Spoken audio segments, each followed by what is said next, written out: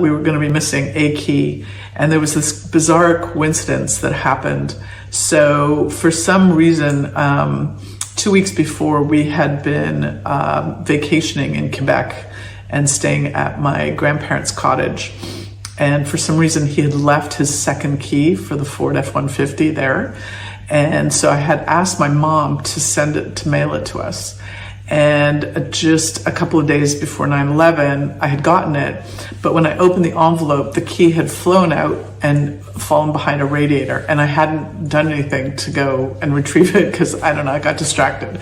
So, and it was going to mean like moving this big kind of cage of the radiator. Anyway, so that morning, like I was digging around, like lifting the cage off the radiator and trying to find this key. And I grabbed the key, and she had sent me like this old-fashioned key that was the key to the cottage.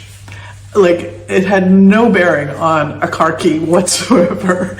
And I was furious, like just about to lose my shit. Because now I had no way, like I couldn't send my neighbor to go look for the car. So my neighbor, unbeknownst to me, he called the dealership, the Ford dealership, and explained what had happened.